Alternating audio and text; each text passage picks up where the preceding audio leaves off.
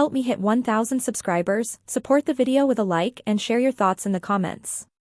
I read everyone, thank you.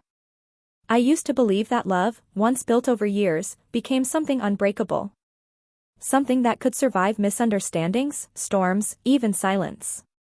I believed it because for 5 years, Adrian had been the person who made life feel less chaotic, less painful.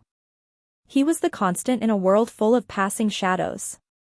And yet, it was me who brought the silence that finally shattered everything. It's strange how a single month can undo half a decade.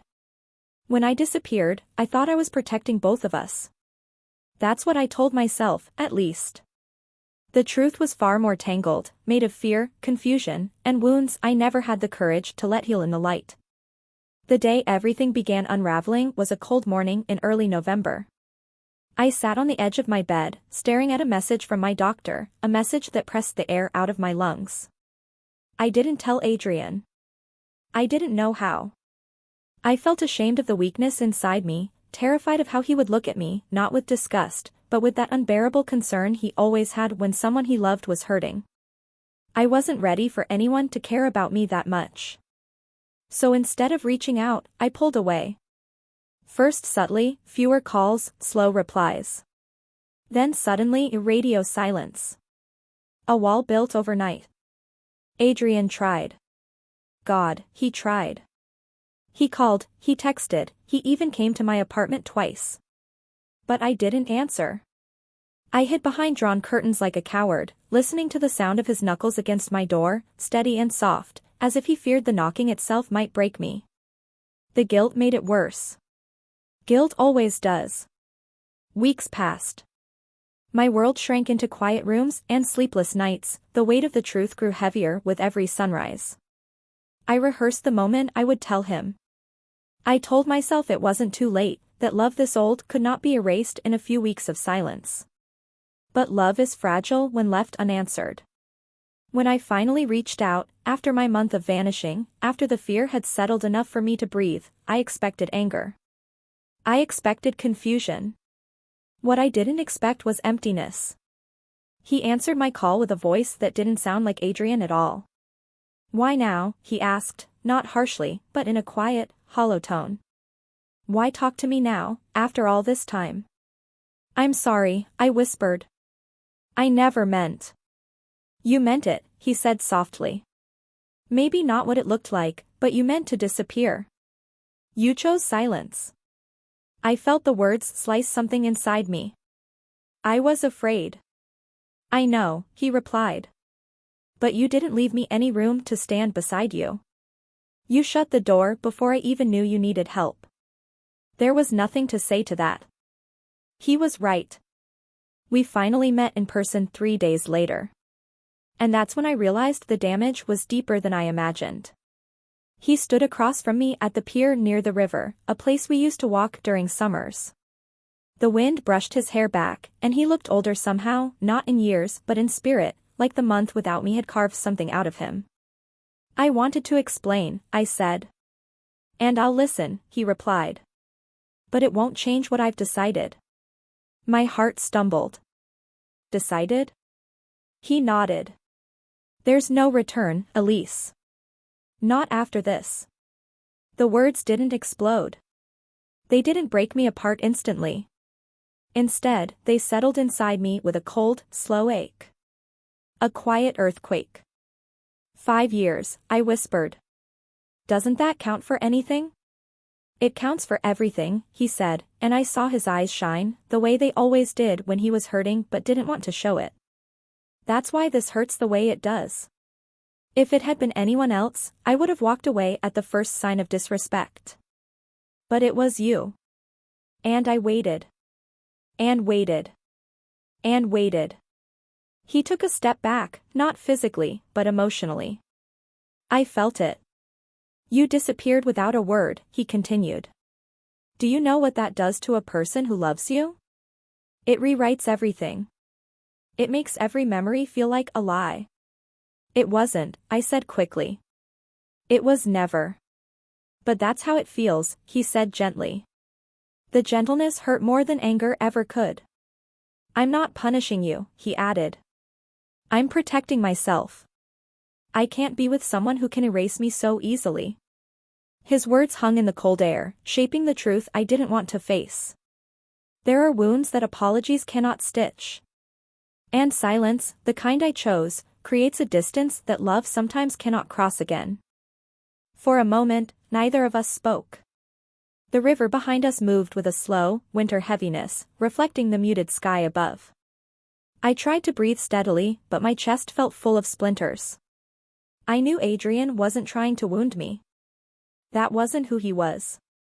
But hearing him say there was no return felt like watching a bridge collapse in slow motion, knowing I had been the one who loosened the first stone.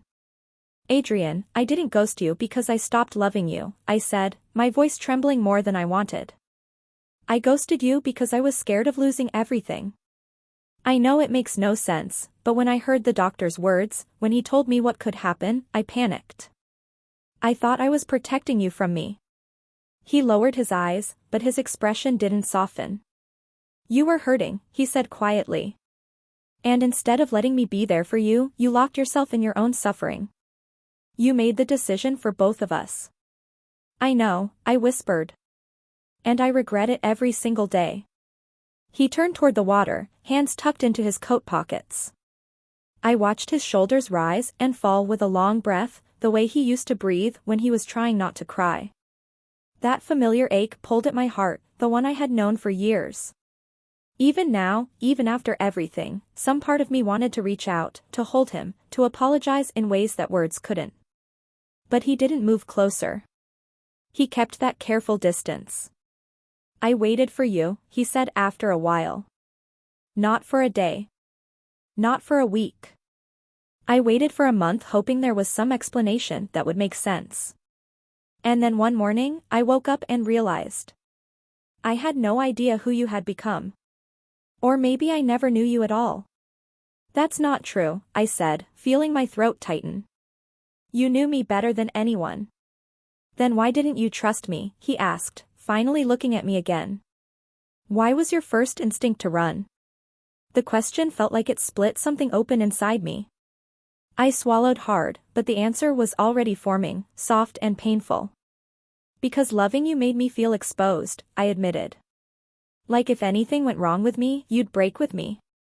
And I couldn't bear that responsibility. A bitter smile touched his lips. Not mocking, not cruel. Just sad. That's what love is, Elise. Sharing the weight. Not carrying everything alone. I closed my eyes, because the truth of it was unbearable. He had always been willing to share the burden. I was the one who stepped away. I'm better now, I said, opening my eyes. The doctor, my health, it's not as bad as I thought. I want to explain everything. I want us to talk, to try again. I want to rebuild what I ruined. Adrian took a slow breath. I'm glad you're okay, he said gently. Truly. But I can't rebuild something I don't trust anymore. The wind picked up, lifting my hair, carrying the cold between us. I felt it settle inside me, heavy and permanent. I don't hate you, he added, voice soft. I never could. But I can't pretend nothing happened. When someone disappears on you, it changes how you see them, how you see yourself.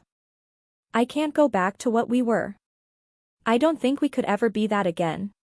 A part of me wanted to scream, to beg, to fall apart in front of him. But another part, the part that still loved him in the right way, knew I owed him more than that. I owed him honesty. Accountability. Acceptance. Will you ever forgive me? I asked. He hesitated, then nodded once. Yes. I will. But forgiveness doesn't always come with a future. My chest sank, but I nodded too. I understand. We stood in silence, both of us knowing it was the last time we would stand this close as something more than strangers. He stepped back first, the way he always did when he was trying to protect himself. His eyes lingered on me for a final moment, full of tenderness, grief, and the remnants of a love that once felt eternal. Take care of yourself, Elise, he whispered. And then he walked away. He didn't look back. His footsteps faded down the pier until there was nothing but the sound of the river, the cold wind, and the crushing realization that sometimes the people we love the most are the ones we lose through our own silence. I stayed there long after he was gone, letting the truth settle. Loving someone does not mean they owe you their endurance. Sometimes love ends quietly, not with betrayal, not with hatred, but with the painful understanding that the wound was self-inflicted. And healing, this time, would have to begin alone. Some endings don't arrive with anger or shouting, they arrive with honesty, with the weight of choices we cannot undo. And sometimes, the hardest truth to accept is this. Love can survive storms, but not abandonment. There is a point beyond which even the strongest heart cannot return.